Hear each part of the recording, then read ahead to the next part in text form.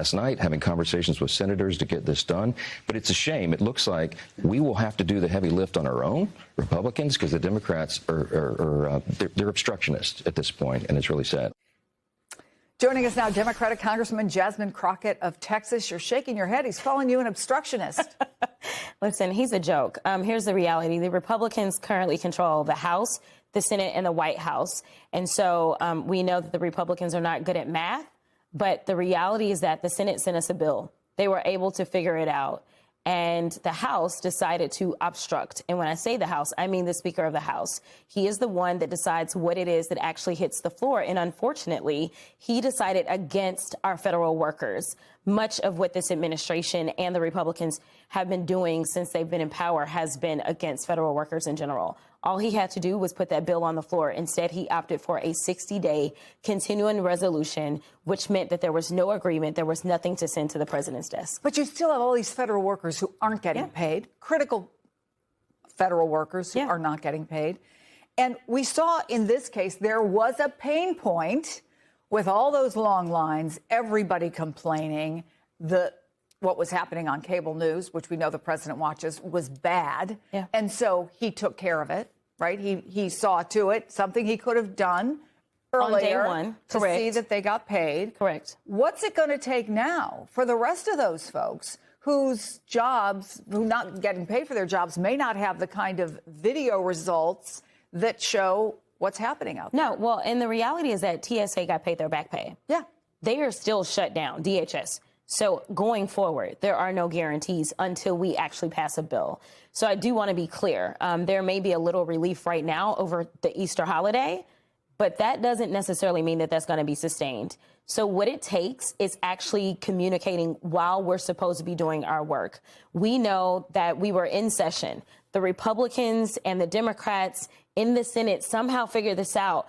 It is hard for me to believe that they didn't communicate with the House. Anyone that knows how to govern knows that if you are going to get something to the president's desk, it takes communication, not only within your chamber, but across the chambers. And so I believe that it was the speaker who probably got his information from the president. And the president told him to shut it down because, frankly, we don't have two separate governing bodies. We have a group of people that simply do whatever it is that the president wants them to do. And the president wanted to be seen as the savior. You've noted, along with every other cable news outlet, how bad his current ratings are. And so this was an opportunity for him to look like he was the big guy in the room. But the reality is that the only reason that our country is broken in all ways is because of this president and because of the lack of courage on the Republican side. I have to say, though, it's not only the president's ratings that are bad. Congress isn't doing so great. In fact, Democrats aren't doing so great. So there's a new poll out. Congressional approval is down to 30%. Democrats don't fare any better, by the way, than Republicans do.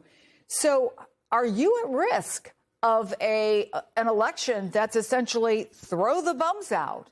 That's bad for a lot of incumbents because if you go out there and you talk to a lot of folks, they are sick of it not being functional, and they're sick of the finger pointing.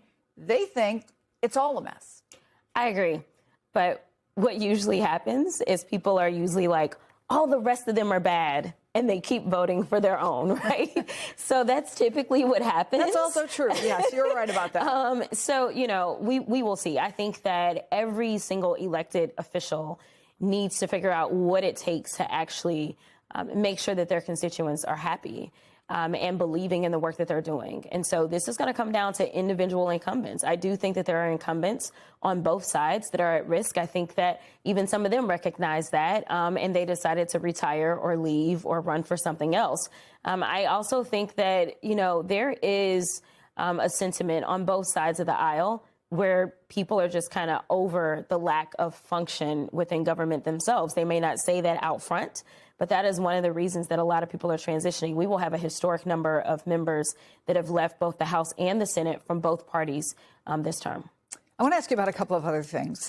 There's another issue under the DHS purview, and that is something you're very familiar with, and that is ICE conditions at Dilley, right? Yeah. The detention center, obviously, for people who don't know. Yesterday, your Democratic colleague, Joaquin Castro, posted about a 2-year-old who is getting sicker every single day.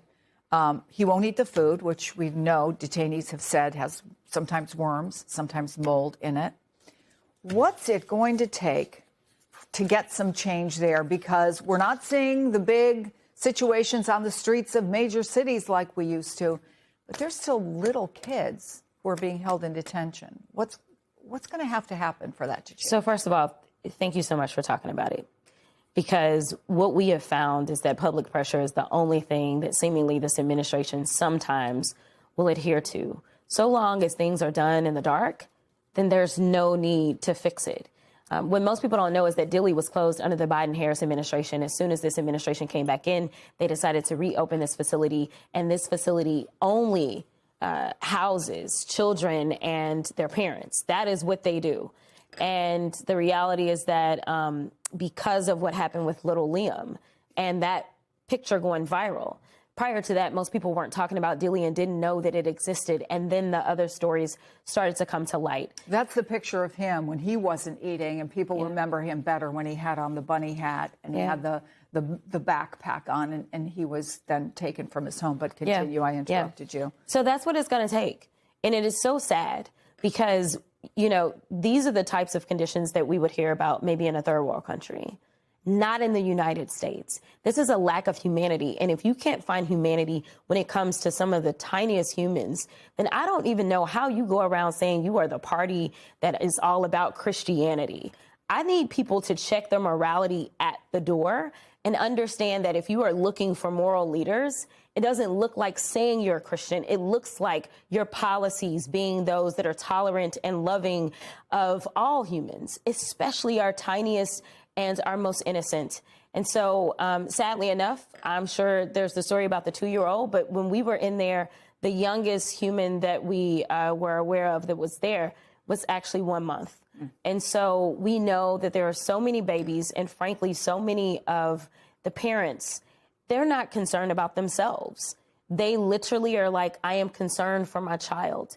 They have mental health professionals there because they know that this is really jarring to go from playing with your friends to all of a sudden incarceration, and you don't understand or know what's going on, to not be able to go outside, not be able to see your friends, not be able to actually enjoy an education in that facility. Even those that are incarcerated after they've been convicted of felonies in this country get education, and these children are not.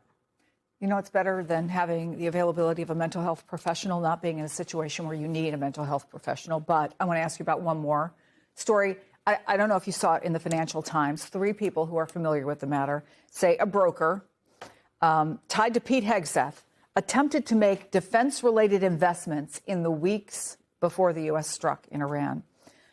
You're on the House Oversight Committee. We should say those investments were never made, but is that something Congress should be looking into? We should absolutely be looking into it. You know, in fact, we continue to have these conversations around even members and trading and what that looks like and whether or not members should be allowed to trade. And if members aren't allowed to trade, are their family members allowed to trade? I think that we have seen so much corruption from this administration.